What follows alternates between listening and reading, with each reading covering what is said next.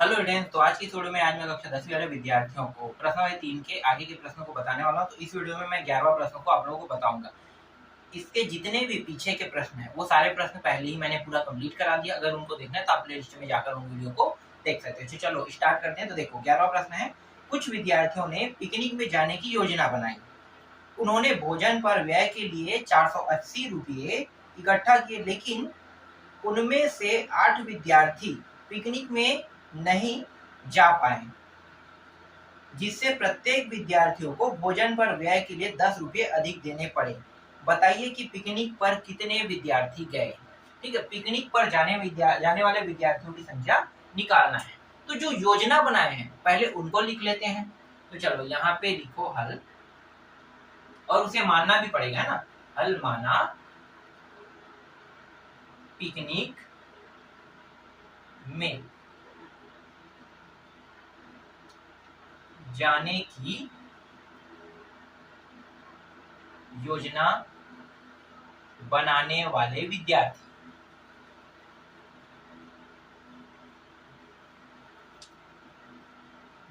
We बस मैं लिख रहा हूं, उसका मतलब विद्यार्थियों है ना की संख्या को x मान लेते हैं। ठीक है, विद्यार्थियों की संख्या को हमने क्या माना, x मान लिया। अब भोजन पर है ना, तो भोजन पर व्यय, तो यहाँ पे मैं लिख लेता हूं, चूंकि भोजन पर व्यय 480 रुपये। ठीक है, देखो जितने विद्यार्थी पिकनिक पे जाने की योजना बना रहे थे ना, उन सभी विद्यार्थियों ने मिलकर भोजन के लिए 480 रुपये इकट्ठा किए। ठीक है, ये तो सभी विद्यार्थियों का, मतलब जितने विद्यार्थियों ने योजना बनाया उन सभी विद्यार्थियों ने भोजन के लिए पैसे इकट्ठा किया। उनमें से 480, मतलब सभी के द्वारा इकट्ठा किए गए पैसे कितने, 480 रुपया।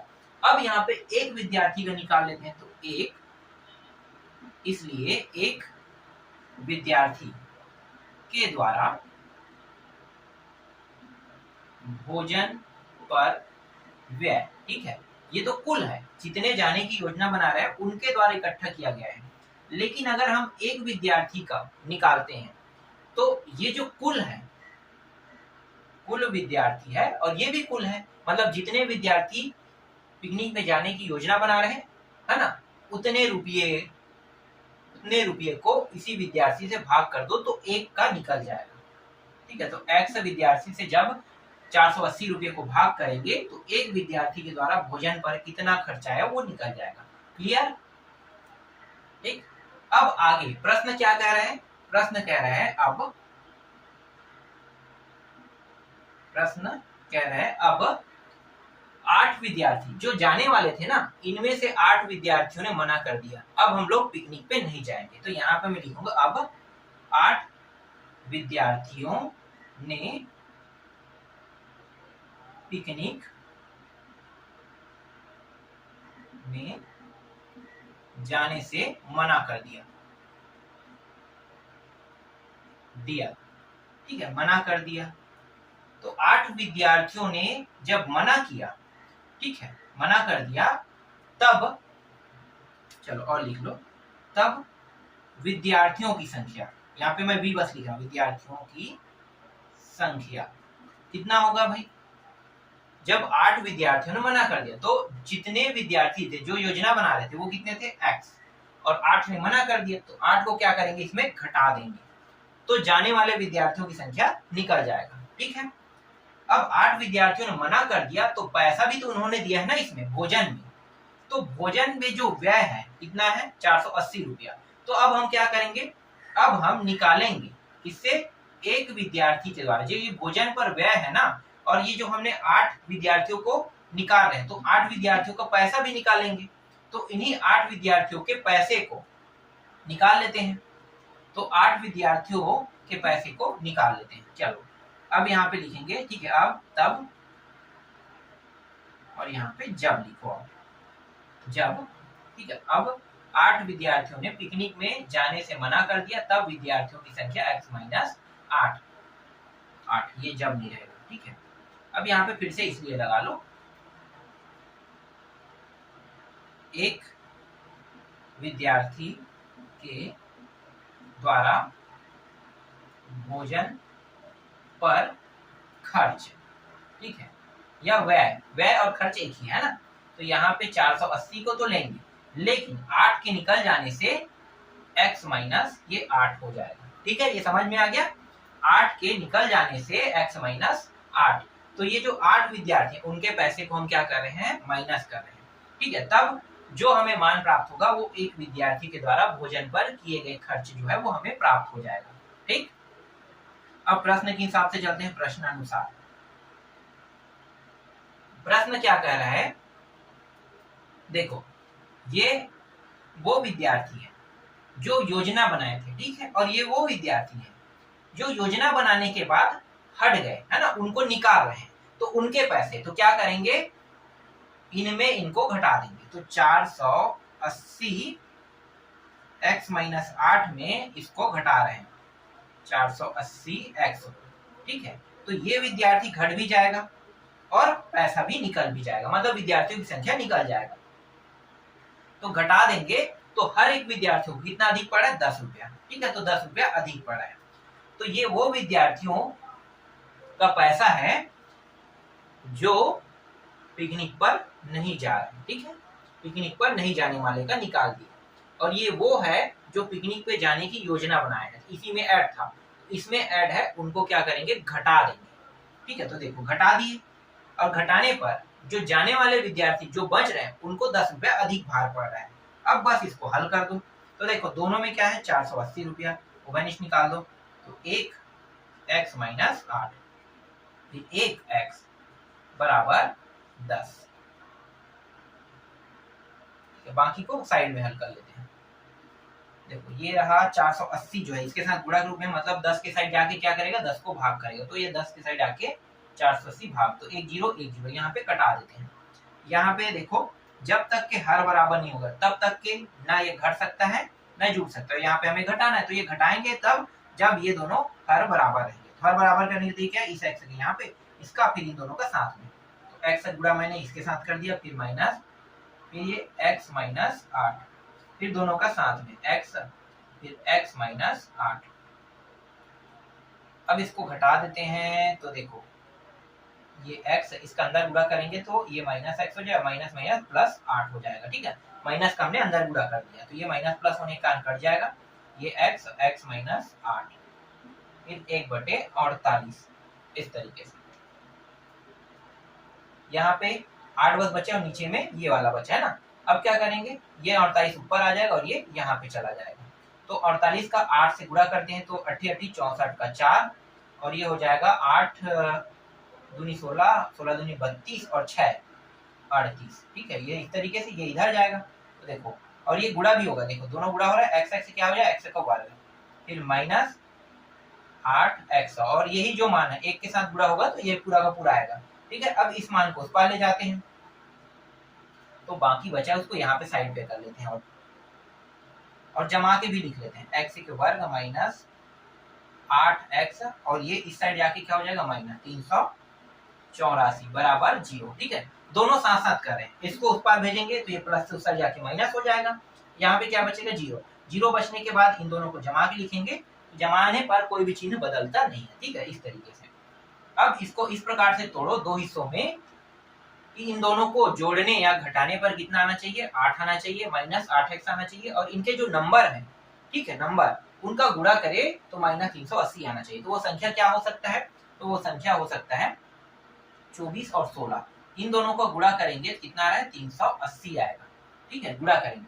अब देखो यहाँ पे क्या लगा है, माइनस, मतलब बड़ा वाला माइनस रहेगा, छोटा वाला प्लस, तभी घटाने पर क्या आएगा, माइनस 8 आएगा। अब देखो माइनस और प्लस गुणा होगा तो माइनस आएगा, देखो आ रहा है ना, मतलब पूरा नियम फुलफिल कर रहा है। तो यहाँ पे हम लोग इसके जगह में क्या रख सकते हैं, माइनस 8 है, इसकी जगह में माइनस 24x प्लस 16x, और ये वाला जो है वो जैसा है वैसा रहेगा। तो ये रहा 24 माइनस 24x प्लस 16x, फिर माइनस 360 बराबर 0।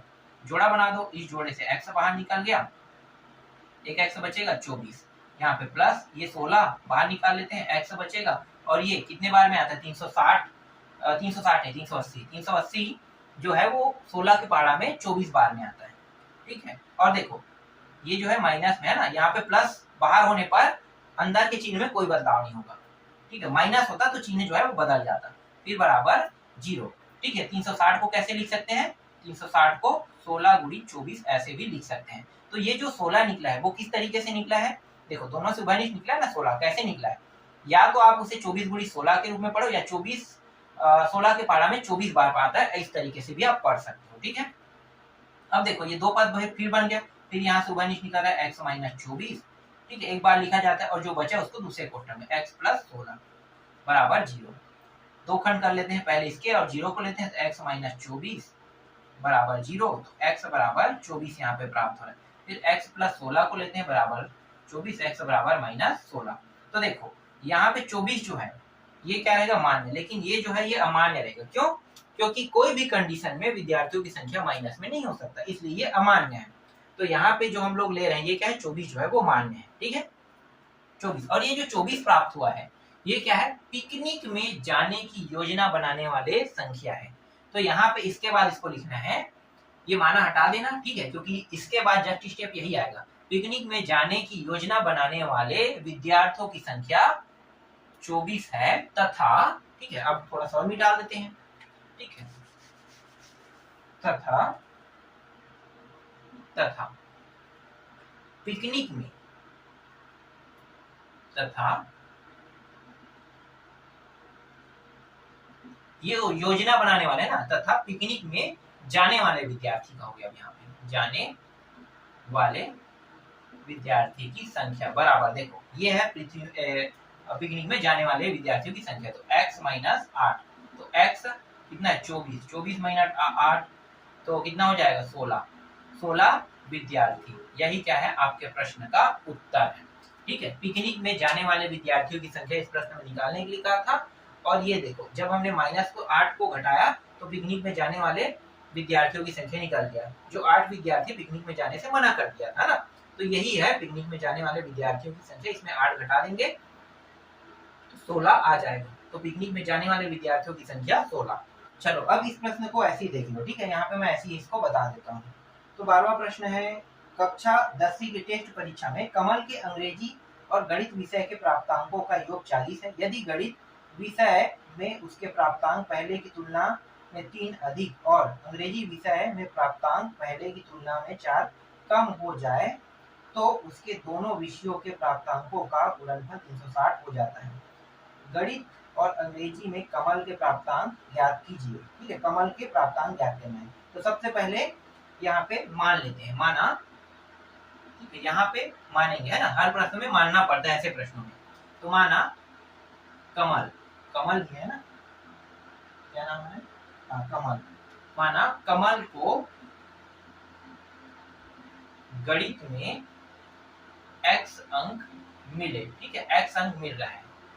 अब कमल को, तथा कमल को फिर से, है ना, गणित के जगह इस बार अंग्रेजी करेंगे, अंग्रेजी में कितने अंक मिलेंगे, अगर इसको गणित में x अंक मिल रहा है तो अंग्रेजी में कितना अंक मिलेगा, तो यहाँ पे और कुछ लिखा है क्या, और गणित कमल 40 और दोनों का योग 40 कह रहे हैं ना, तो दोनों का योग 40 कह रहे हैं। तो देखो कमल को गणित में x अंक मिले तथा कमल को अंग्रेजी में कितना मिलेगा, और इन्हें दोनों का योग, तो योग से ही हमें पता चलेगा। तो देखो एक हो गया आपका कौन सा, गणित, गा बस लिख रहा हूं, और एक हो गया अंग्रेजी, दोनों विषयों का योग 40 है, ठीक है। तो गणित का कितना है, x रखा है, अंग्रेजी का हमने कुछ नहीं माना है, ये 40, तो x को उस पार ले जाओ, तो ये हो जाएगा 40 माइनस x। मतलब अंग्रेजी में उसे जो अंक मिला है अगर उनको निकालना है तो हमें क्या करना है, 40 में गणित के अंक को घटा देना है, क्योंकि ये जो 40 है ये दोनों का योग है, तो घटा देंगे निकल जाएगा, तो कितना आ जाएगा 40 माइनस x आ जाएगा, ठीक है, 40 माइनस x अंक मिले, ठीक है, इस तरीके से बराबर हटा दो, अगर इस तरीके मिले उले लिख के तो अब तब की बात है, ठीक है। तो इस तरीके से कमल को गणित में x अंक मिले तथा कमल को अंग्रेजी में 40 माइनस x अंक मिले। अब आगे प्रश्न क्या कह रहे हैं, आगे प्रश्न कह रहे हैं गणित में पहले से 3 अधिक अंक, तब उसके गणित में अंक कितना हो जाएगा। चलो कमल को गणित में पहले के 3 अंक वृद्धि हो रहा है ना, 3 अंक बढ़े कहो या मिले, ठीक है, 3 अंक मिले या बढ़े, तब अंकों में 3 की वृद्धि बराबर, गणित में x अंक मिला था तो 3 की वृद्धि मतलब x प्लस 3 अंक, ठीक है, इतना इसे मिल रहा है, ठीक है। फिर चूंकि या इसलिए लगा दो, इसलिए, ठीक है, इसलिए कमल इसलिए भी नहीं लगाएंगे, देखो यहाँ पे, और आगे क्या है, आगे क्या कह रहा है, और हाँ यहाँ पे थोड़ा सा बदलाव कर देते हैं, ठीक है, ये मुझे मजा नहीं आ रहा है यहाँ पे, कमल को गणित में पहले के 3 अंक मिले या बढ़े, तब गणित में अंकों की संख्या, ठीक है, ये मजेदार लग रहा है, अंकों की संख्या x प्लस 3, ठीक है, x प्लस 3, और कमल को सेम टू सेम लिखना है अंग्रेजी, ठीक है, अंग्रेजी में क्या है, पहले से, ठीक है, वैसे ही लिखेंगे, पहले से 4 अंक है ना, 4 अंक कम मिले या घटे, तो यहाँ पे मिले लिखना, 4 अंक कम मिले तब अंग्रेजी में अंकों की संख्या, ठीक है, अंग्रेजी में अंकों की संख्या, तो देखो ये जो है अंग्रेजी में प्राप्त अंक है, तो 40 माइनस x, और इसमें 4 अंक का मतलब 4 को और घटा दो तो कितना हो जाएगा, तो ये 36 माइनस x हो जाएगा, ठीक है, तो 36 माइनस x अंक, ठीक। अब प्रश्नानुसार चलते हैं, प्रश्नानुसार, ठीक है, प्रश्न के अनुसार हल करते हैं, तो आगे क्या कह रहे हैं, आगे कह रहे हैं तथा दोनों विषयों के प्राप्तांकों का गुणनफल 360, इन दोनों का, तो भैया ये है आपका और ये है, ठीक है, इन दोनों का गुणनफल x प्लस 3 और 36 माइनस x, दोनों का गुणनफल कितना है, 360 ही है ना, 360, ठीक है। तो जैसे प्रश्न में कहा है वैसे हमने कर दिया, अब बस बाकी है, चलो हल करते हैं। तो देखो इन दोनों को गुणा 36, ये पहले इन दोनों को करेगा 36x, फिर 36 दिया कितना हो जाता है, 3 6 18 का 8, 80 लाई 1, 3 दिया 9 1 10, 108 आ रहा है, फिर ये दोनों गुणा होके x का वर्ग, फिर माइनस 3x हो जाएगा, ठीक है, फिर 360। फटाफट मैं इसको हल कर देता हूँ ना।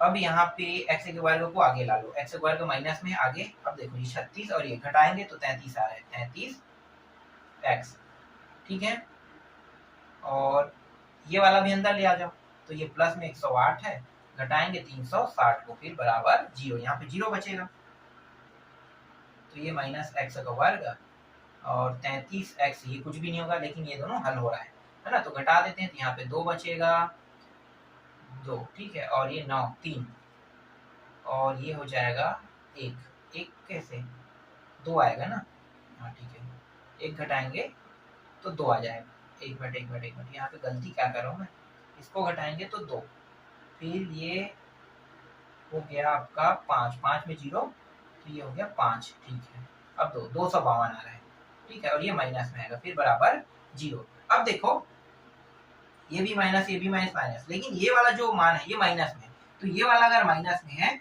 तो मुझे क्या करना पड़ेगा, इसको पूरे को प्लस में करना पड़ेगा, तो चलो प्लस में कर लेते हैं, तभी ये हल होगा, तो माइनस का पूरे पद में गुणा, ये सभी क्या हो गया, प्लस हो गया, ठीक है, इस तरीके से। अब इस 33 को इस प्रकार से 2 हिस्सों में तोड़ो, ठीक है, 2 हिस्सों में इस प्रकार से तोड़ो, इसके मध्य मतलब ये मध्य पद है, मध्य पद को इस प्रकार से 2 हिस्सों में तोड़ो कि इन दोनों को जोड़े या घटाएं तो 33 प्राप्त होना चाहिए, और इन्हीं दोनों संख्याओं का गुणा करें तो 252 प्राप्त होना चाहिए। तो वो संख्या क्या हो सकता है, तो वो संख्या एक हो सकता है आपका, चलो देखते हैं, मुझे भी याद नहीं आ रहा, तो मैं गुणनखंड करके चेक कर लेता हूँ, 2 5 2, ठीक है, 2 एकम 2 दूनी 2 छक्के, फिर 2 से 2 छक्के 2 तिया, फिर 3 से जाएगा 3 दूनी 3 एकम, फिर 3 से 3 सत्ते, फिर 7 एकम, ठीक है। अब देखते हैं, 33 पहले ला के देखते हैं, क्योंकि ये गुणनखंड में 252 तो आएगा ही आएगा। बस मुझे 33 लाना है, चाहे मैं उसको जोड़ू या फिर कुछ करूँ, तो सभी मानों को जोड़ना ही पड़ेगा। ठीक है, तो 7 दूनी 14, 7 से 21। अब ये हो गया 4 के 12, 12 कितना है 21 प्लस 12 करके देखता हूँ, तो ये 3 आ रहा है और इनको जोड़े तो 3 आ रहा है। ठीक है, तो हमें क्या रखना है, 33 की जगह हमें 21 और 12 रखना है। ठीक है, तो ये x वर्ग प्लस 21x प्लस 12x, देखो ये दोनों जोड़ेंगे तो 33x आ रहा है, फिर 252, और इन्हीं का अगर गुणा करें इन दोनों का, तो गुणा करने में कितना आएगा, 252 आएगा ही आएगा, क्योंकि ये गुणनखंड देख लो, है ना। फिर बराबर 0 बचा, इसको यहाँ पे हल कर देते हैं। तो देखो इन दोनों में से जोड़ा क्या निकल सकता है, x बाहर निकाल दो, फिर एक x बचेगा और प्लस 21 बचेगा। ठीक है, यहाँ पे प्लस में आ रहा है, दोनों मान प्लस में आएगा, तो दोनों मान अगर प्लस में आ जाए तो यहाँ पे गलत हो जाएगा। ठीक है, दोनों मान अगर मैं प्लस में लाता हूँ तो गलत हो जाएगा, तो यहाँ पे मुझे कुछ ना कुछ तो करना पड़ेगा। ठीक है, क्या करना पड़ेगा, गुणा करने पर देखता हूँ, यहाँ पे मुझसे कुछ जगह गलती हुआ होगा, गलती को बस चेक करना है कि कहाँ पे गलती हुआ है। एक मिनट में प्रश्न देख लेता हूँ, प्रश्न में कहीं गलती तो नहीं हुआ है। ठीक है, ये ठीक है,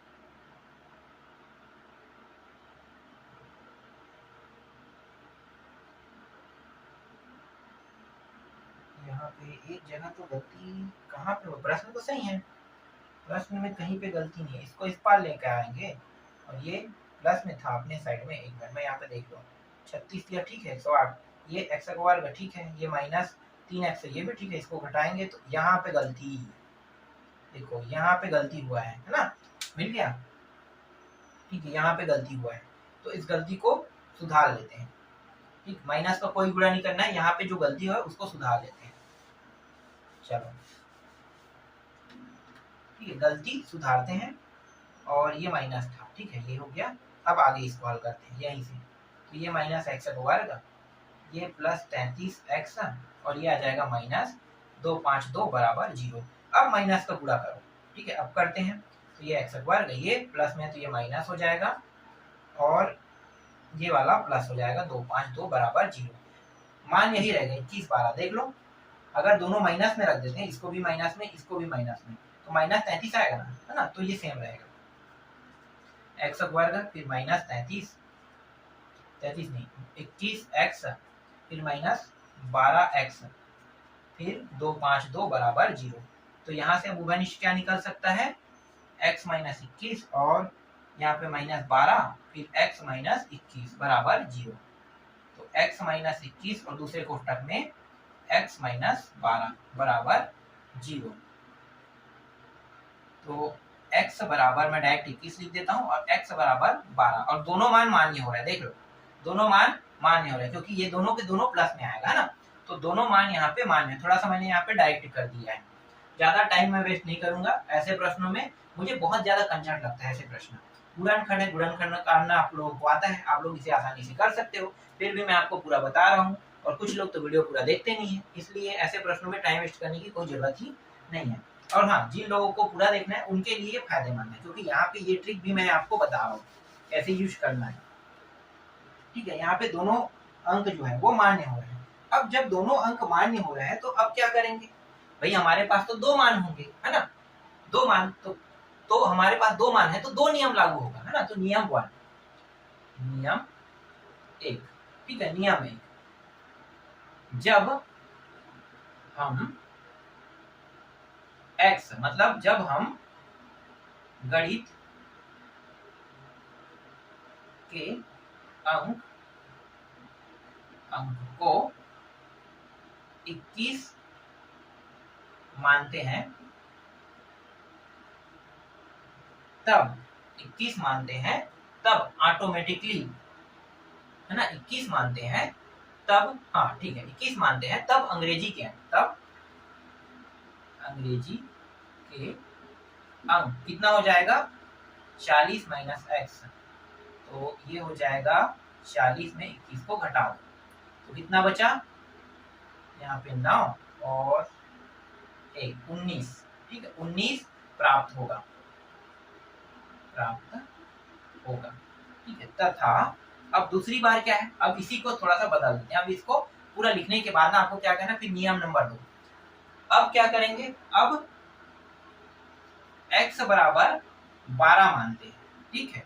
तब अंग्रेजी के अंक कितना होगा, 12, घटा दो तो ये रहा 8 और 2, 28 प्राप्त होगा, ठीक है। इस तरीके से आपको 2 मान प्राप्त होंगे और दोनों मान मान्य है ना, तो दोनों नियम को आपको लगाना है, नियम नंबर 1 में, नियम नंबर 2।